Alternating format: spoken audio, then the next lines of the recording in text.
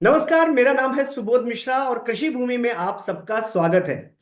कृषि भूमि में हर बार हम नए एजेंडे के साथ आते हैं और नई चीजों को लेकर आते हैं। कमोडिटी में बात करते हैं, सोना चांदी पर भी बात करते हैं और आसान भाषा में कोशिश होती है हमारी बात हो और जो हमारे एक्सपर्ट हैं वो जो भी सवाल हैं उनको आसान भाषा में समझाएं। इस समय हमारे साथ चेतन भंडारी जी हैं जो इब्जा के डायरेक्टर ऑफ हॉल मार्किंग हैं। और आज का जो टॉपिक है वो बहुत ही रेलेवेंट भी है और बहुत ही इंपॉर्टेंट है सबको जानने के लिए। आज का टॉपिक है आखिरकार जो ये हॉल मार्किंग है, हॉल मार्किंग सरकार ने शुरू तो कर दी है, लेकिन जो बुलियन सेक्टर है, जहां से जो हम बाहर से जब सीधे सीधे सोना आता है, सोना चांदी आता है, सोना जब आता है तो उसको बुलियन जो है वो लेते हैं। आखिर उसकी हॉल मार्किंग का क्या। तो सबसे पहले हम जानना चाहेंगे, चेतन भंडारी जी का सबसे पहले स्वागत करते हैं। सर, सबसे पहले कृषि भूमि में आपका स्वागत है। सर, बड़ा इम्पोर्टेंट ये सवाल है क्योंकि नॉर्मली ज्वेलरी की तो हॉल मार्किंग सुना है।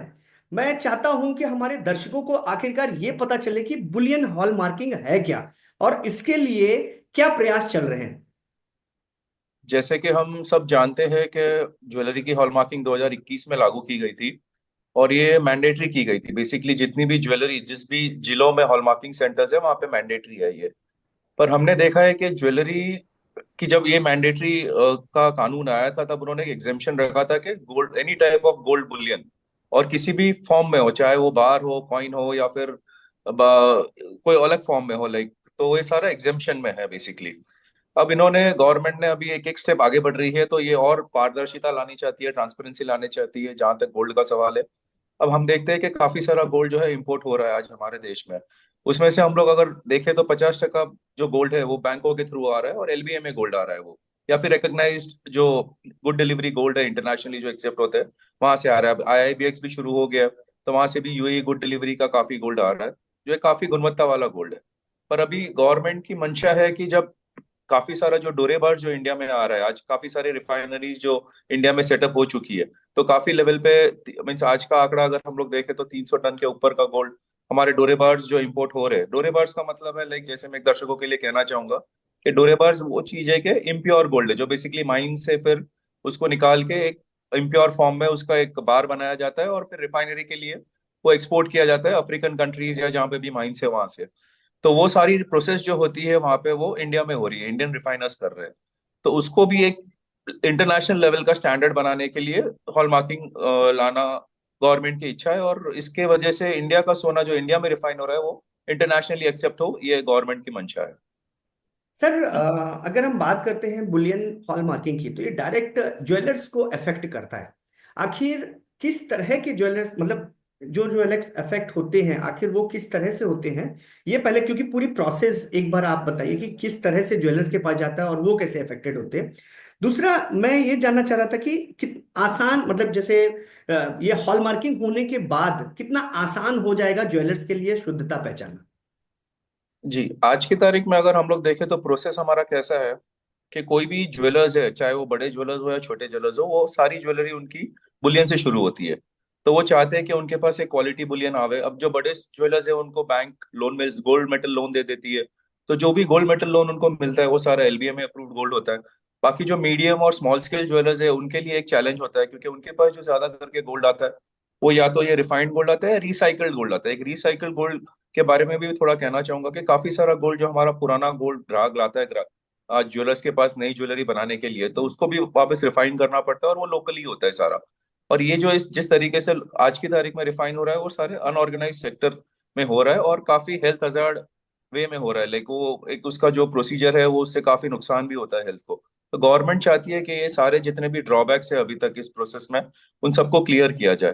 प्योरिटी को भी लेके काफी इसमें प्रॉब्लम्स आती है। मिक्सिंग अलग अलग टाइप की धातुओं की होती है जिसकी वजह से ज्वेलर्स आज जिसका वो रॉ मटेरियल है वो भी श्योर नहीं होता है कि उसको सही टाइप का माल मिला, और आगे जब वो कारीगर को पास ऑन करता है यही जो गोल्ड बुलियन है जो लोकली मैन्युफैक्चर्ड या जो लोकली उनको प्रोक्योर किया हुआ गोल्ड है, उसमें उनको डाउट आते हैं। कभी कभी उनको पूरा मेकिंग का लॉस हो जाता है कि कहीं प्योरिटी या मिक्सिंग में ऊपर नीचे हो जाता है उस बुलियन में, तो पूरी ज्वेलरी उनकी बिगड़ जाती है। और उनको हॉलमार्किंग अगर वो फेल हो जाती है उस वजह की वजह से या कोई मिक्सिंग होने की वजह से, तो उनको अपने सारे लेबर का भी काफी नुकसान उठाना पड़ता है। तो इन सबको ध्यान में रखते हुए अब ज्वेलर्स के लिए काफी अच्छा स्टेप है कि अगर उनको वो हॉलमार्क बुलियन मिले तो उनके पास एक श्योरिटी रहेगी कि वो सही क्वालिटी का गोल्ड उनके पास आ रहा है।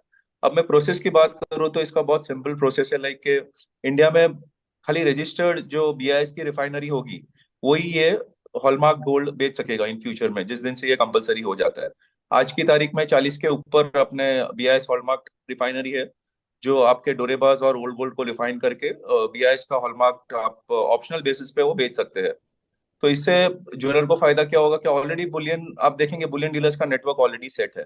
तो बहुत सारे जो एग्जिस्टिंग बुलियन रिफाइनरी लेके बैठे, फॉर एग्जांपल इंडिया में अगर हम बड़ा नाम लेवे तो एमएमटीसी पैम्प है, ऑगमोंट है, पार्कर है, तो इन इन सब का नेटवर्क भी सेट है। बेसिकली इनका जो डिस्ट्रीब्यूशन नेटवर्क है वो जो जिस तरीके से बुलियन बेच रहे हैं आज ऑफिशियली सारा जो हो रहा है उनका काम काफी ट्रांसपेरेंट तरीके से हो रहा है। और ज्वेलर को बहुत आसानी से अभी ये गुणवत्ता वाला बुलियन मिलने लगेगा बेसिकली। अच्छा सर, मैं एक चीज जानना चाहता, अभी आपने बताया कि करीब 40 बीआईएस रिफाइनरी हैं जो बीआईएस मार्क वाली हैं। अभी कितनी टोटल, करीब कितनी होंगी रिफाइनरी? क्योंकि विदाउट बीआईएस वाली भी रिफाइनरी होंगी ही।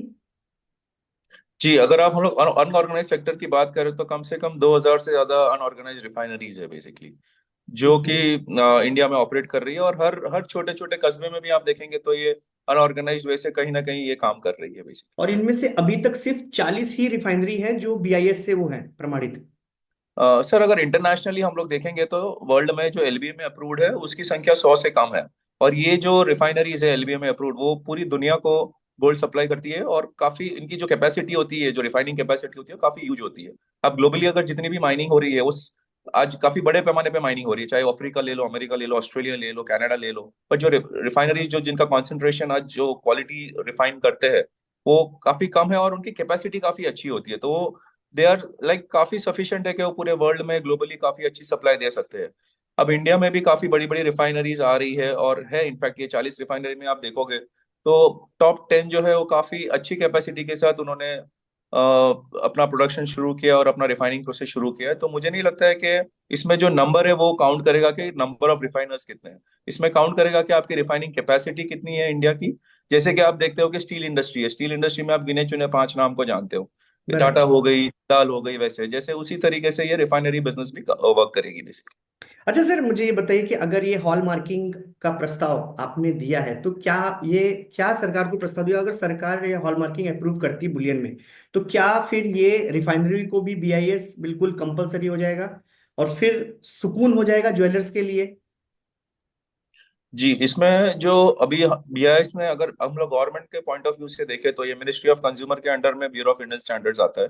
और मिनिस्ट्री ऑफ कंज्यूमर अफेयर्स ने एक स्पेशल कमेटी गठित की गई है इसमें एडवाइजरी कमेटी करके, जो सारे स्टेक होल्डर्स के साथ मीटिंग कर रही है और उसमें क्या क्या कानून में प्रावधान लाना चाहिए या किस तरीके से पॉलिसी बननी चाहिए और कैसे उसको स्मूथली इम्प्लीमेंट करना चाहिए, ये सारे प्रस्ताव हमसे ले रही है और उस पर विचार विमर्श करके बाकी स्टेक होल्डरों से बात करके भी इसको इम्प्लीमेंट करती है ये।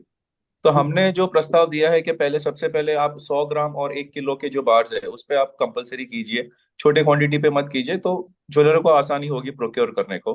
और खास करके जो छोटे ज्वेलर्स जो गाँव में बसे हुए हैं उनको ज्यादा दिक्कत नहीं आवे इन टर्म्स ऑफ लॉजिस्टिक्स वगैरह। तो सबसे पहले हमने प्रस्ताव यही रखा है कि आप 100 ग्राम और 1 किलो के 2 बार्स के स्टैंडर्ड लाइए मार्केट में और उसे हॉलमार्किंग कंपलसरी के दायरे में कीजिए, या एनीथिंग अबाउ 100 ग्राम से हमने ये पहल करने को कहा है बेसिकली।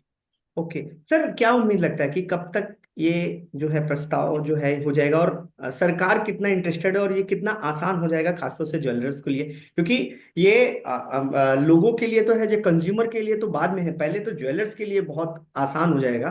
क्योंकि ज्वेलर्स भी तो कहीं ना कहीं रिफाइनरी के, अगर बीआईएस अगर सर्टिफाइड नहीं है रिफाइनरी, तो पक्की बात है कि एक विश्वास कहीं ना कहीं हिलता है। तो ज्वेलर्स के लिए भी अच्छा हो जाएगा। तो कब तक लगता है कि ये पॉसिबल हो जाएगा? जहां तक हमारा कमिटी का सवाल है, हमने सारे इनपुट्स दे दिए, हमने एक ड्राफ्ट स्टैंडर्ड भी बना के दे दिया है। सो अभी हम लोग खाली वेट कर रहे हैं कि सरकार इसको कब इम्प्लीमेंट करे। हमें उम्मीद है कि गवर्नमेंट जल्द से जल्द ये करेगी और मुझे लगता है कि ये 3 महीने के अंदर ये प्रस्ताव या ये कानून आ जाना चाहिए। क्या बात है, 3 महीने में आ जाएगा तो सर एक्चुअली ट्रांसपेरेंसी बहुत ज्यादा हो जाएगी। जी जी। और इसमें आप देखेंगे तो आप एक जो बोलते हैं ना कि ब्लैक सोर्स जो होता है, एक जो ब्लैक इकोनॉमी चल रही होती है, उस पे भी काफी अच्छा कंट्रोल आ जाएगा और काफी मेन लाइन में काफी ये बिजनेस हो जाएगा। बढ़िया सर, बढ़िया। अच्छा सर, ये जो 6 अंकों वाला HUID वाली बात है से होगी हॉल मार्किंग, तो सरकार इस समस्या को दूर करना चाहती, क्या सर है ये, और किस तरह से समस्या दूर करने का लिए प्लान हो रहा है? बेसिकली अगर हम देखते हैं इसमें जो HUID, ज्वेलरी पे जो HUID है वो मूलतः इसमें तीन मार्किंग होती है। आपका सबसे पहले BIS का लोगो होता है, जो ट्रायंगल लोगो जो होता है उसमें BIS लिखा हुआ रहता है। दूसरा है आपका कैरेटेज। कैरेटेज भी आपके कैरेट में और फाइननेस दोनों में लिखा जाता है। अगर समझो वो 22 कैरेट की ज्वेलरी है तो आपका 22K और 916 दोनों तरीके से उसको हम लोग उस पे ज्वेलरी पे मार्किंग होती है। और जो 6 डिजिट का जो अंक है HUID का, एक वो अल्फा न्यूमरिक बेसिकली कोड है जो सब हर एक ज्वेलरी के लिए यूनिक है बेसिकली। तो every article of jewellery basically, अगर आपकी इयरिंग है और उसमें दो हिस्से है तो दोनों के एक अलग HUID या यूनिक आईडी आपको उस पर दी जाती है। जैसे आधार नंबर है एक हर इंसान के लिए, वैसे हर एक आर्टिकल ऑफ ज्वेलरी के लिए एक यूनिक आईडी दिया गया है। तो इसके वजह से ट्रांसपेरेंसी बहुत बड़ी है और कंज्यूमर को एक राइट मिला है कि वो ऑनलाइन भी चेक कर सके इससे। अगर आप देखें ये BIS केयर ऐप BIS ने लॉन्च किया है, जिसमें आप अगर आप खाली ये 6 अंकों का HUID अगर आप इनपुट करें तो उनको पूरी हिस्ट्री मिल जाती है ज्वेलरी की। खास करके कि ये कौन से हॉलमार्किंग सेंटर ने इसको किया है, कब किया है और किस कैटेगरी की ज्वेलरी है बेसिकली, और उसका प्योरिटी कितना है। तो काफी कॉन्फिडेंस आया है इसको इस ट्रांसपेरेंसी सिस्टम को देख के कंज्यूमर्स में। और आप देखोगे तो इसकी सेल्स भी काफी बढ़ी है आज की तारीख में जो HUID मार्क ज्वेलरी की। अगर आप डेटा अगर आप जानना चाहोगे तो 40 करोड़ से ज्यादा पीसेस हॉलमार्क हो चुके हैं ऑलरेडी। और ईयरली बेसिस पे अभी 12 करोड़ के आसपास ये HUID लग रही है हमारे ज्वेलरी पे। ओके, तो एक वेरी। बहुत बहुत ही अच्छा रिस्पांस मिला है। और यही डेटा अगर मैं आपको HUID आने के पहले की अगर बात कहूँ तो ये खाली 3 3 करोड़ या 4 करोड़ के आसपास ही हुआ करती थी। तो आप देखेंगे इसमें 4 गुना जंप आया है HUID आने के बाद basically. Okay okay sir. Sir एक आखिरी सवाल है।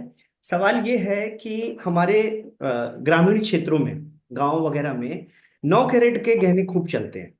और अभी तक जैसे है कि अब जो हॉल मार्किंग का जो प्रस्ताव अभी तक जो है, 14 कैरेट की बात चल रही थी कि 14 कैरेट की हॉल मार्किंग जो है वहां तक संभव था। अब 9 कैरेट के लिए भी प्रस्ताव रखा है इब्जा ने।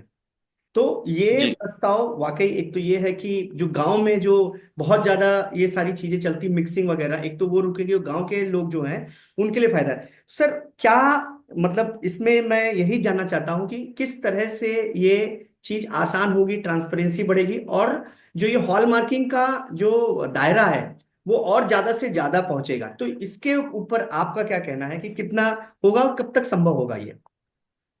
इब्जा का हमेशा से यही कोशिश रही है कि किस तरीके से कंज्यूमर के पास सबसे सबसे पहले इब्जा भी अपने ज्वेलर्स के फायदों के साथ साथ उनके बिजनेस का भी फायदा देखता है। और आज के तरीके में आप हम लोग देखेंगे कि सोशल मीडिया का इतना एक्टिव रोल हो गया है कि ट्रांसपेरेंसी काफी बढ़ी है, चाहे वो सोने को लेके हो या कोई भी प्रोडक्ट को लेके हो।